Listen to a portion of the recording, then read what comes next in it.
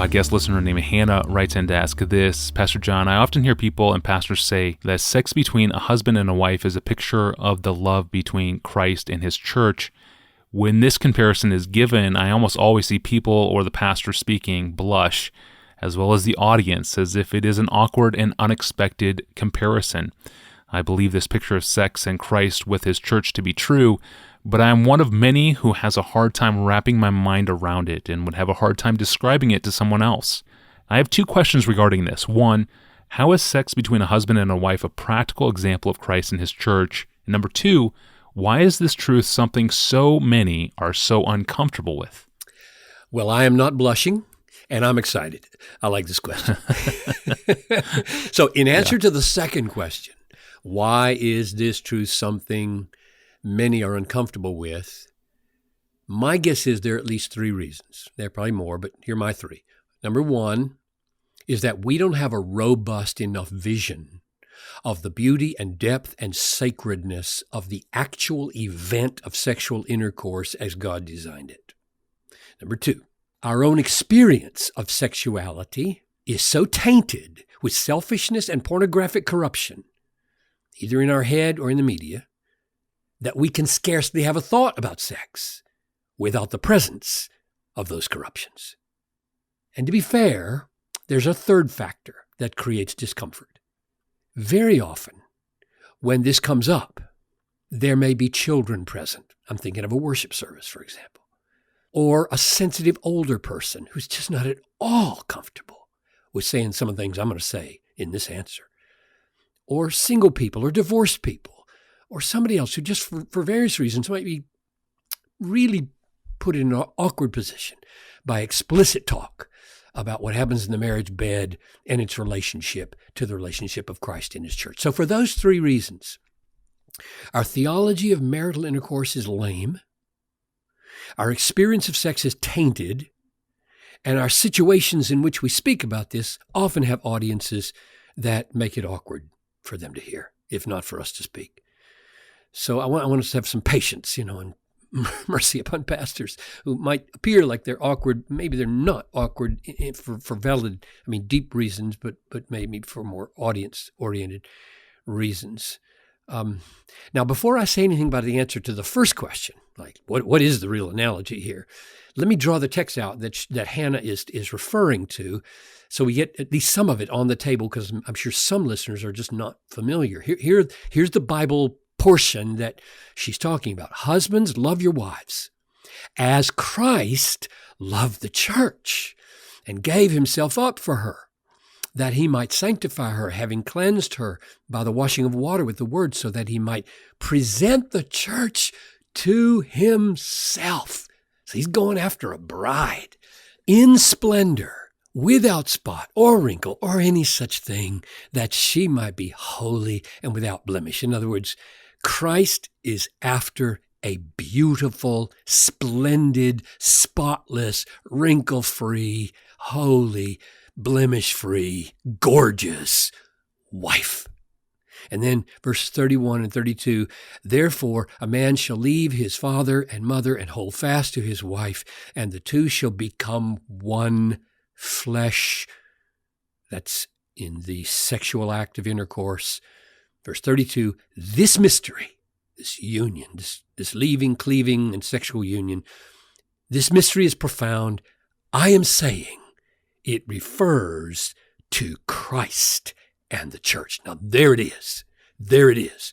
The one flesh union of man and wife are Christ and the church in emblem, in metaphor, in foretaste. And let's just make it as explicit as we can. You could stir in here the Song of Solomon, where the sexual pleasures of the man and his wife are described with such remarkable graphicness, we have to blink and say, is this the Bible? For example, chapter 7, verse 7, he says to her, your stature is like a palm tree, and your breasts are like its clusters. I say, I will climb the palm tree and lay hold of its fruit. Oh, may your breasts be like clusters of the vine, and the scent of your breath like apples. Okay, so that is the whole Bible portrayal of the marriage bed that Christ and the church are being pointed to. So, for those familiar with the Bible, not to mention ordinary experience of married couples, we cannot escape the truth that Jesus is not ashamed to describe his relationship to the church in terms of a marriage, including its one flesh union in the sexual act of the marriage bed. So Hannah asks, here's the first question, how is sex between a husband and a wife a practical example of Christ and his church? And I'll mention three things. And I do not doubt that these are the lowlands of the Himalayas of glory that better people than I could climb into and explain. Number one, very prominent in Ephesians 5 is the asymmetry, lack of symmetry, between the roles of husband and wife. She is to submit to his Christ-like, loving, sacrificial headship. But there is just as clearly a mutuality and reciprocity in seeking to bless and satisfy the other as leadership and submission find their way toward maximum mutual pleasure. In 1 Corinthians 7, Christ says that the man does not have authority over his body, but the woman does, and the woman does not have authority over her body, but the man does, which creates, if you're a logic chopper, a total stalemate. But Paul clearly doesn't mean for there to be a stalemate in the marriage bed. The point is that the wife often has desires, and the husband in love should want to satisfy them and labor to. And the husband often has desires, and the wife in love should want to satisfy them. But as they proceed, the way the man pursues the satisfying of his wife is in the capacity of a head and the initiative taker.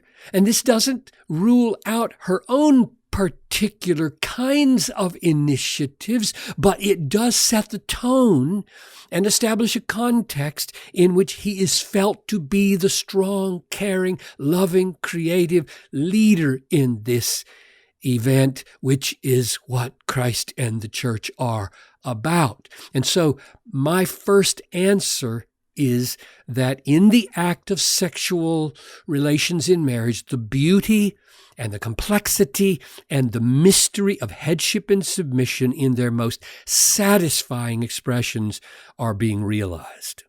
Number two, the second thing I would say is that the reason the rare and extraordinary pleasure of simultaneous orgasm is as great as it is not only to point us to the ecstasies of knowing Christ, but also to give us a very taste of those ecstasies.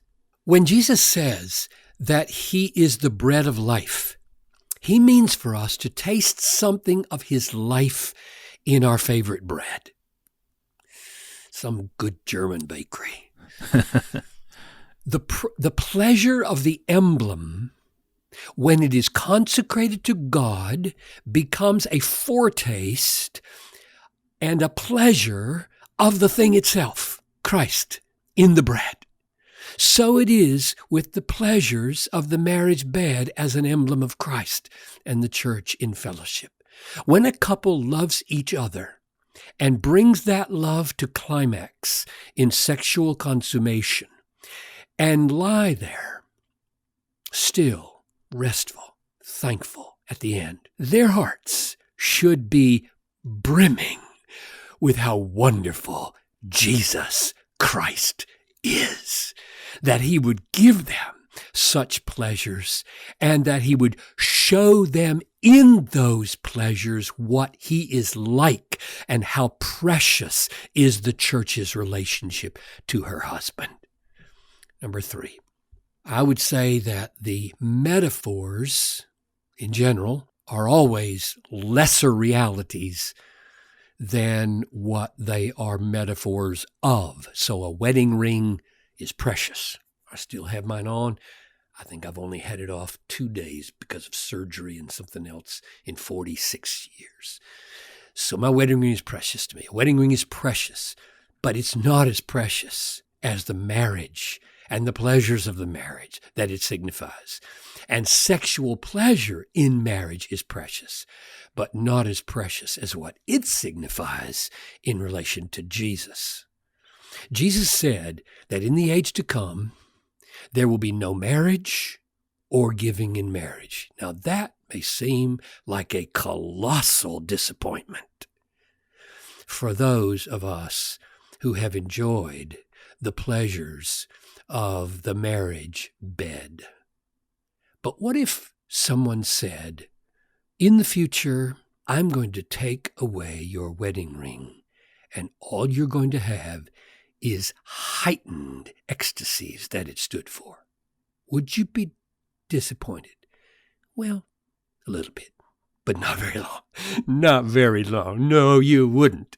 In other words, the sexual pleasures in marriage point not only to the present pleasures of knowing and loving Christ, but they also point to the age to come where the ring, that is the pleasures in this analogy, will be taken away, and we will experience the reality in such greater measure of pleasure that we will wonder how we could have ever been satisfied with the best sex in the world. There you go, a blush-free theology of sex. Thank you, Pastor John, and thank you for listening to this episode. We return tomorrow, and you can keep up with the daily Ask Pastor John podcast online or through our free apps. For more, go to our online home at desiringgod.org/Ask Pastor John. Well, 2016 is upon us already, and one listener wants to know what challenges are in store for Christians in 2016. I'll ask John Piper tomorrow. I'm your host, Tony Reinke. Thanks for listening to the Ask Pastor John podcast.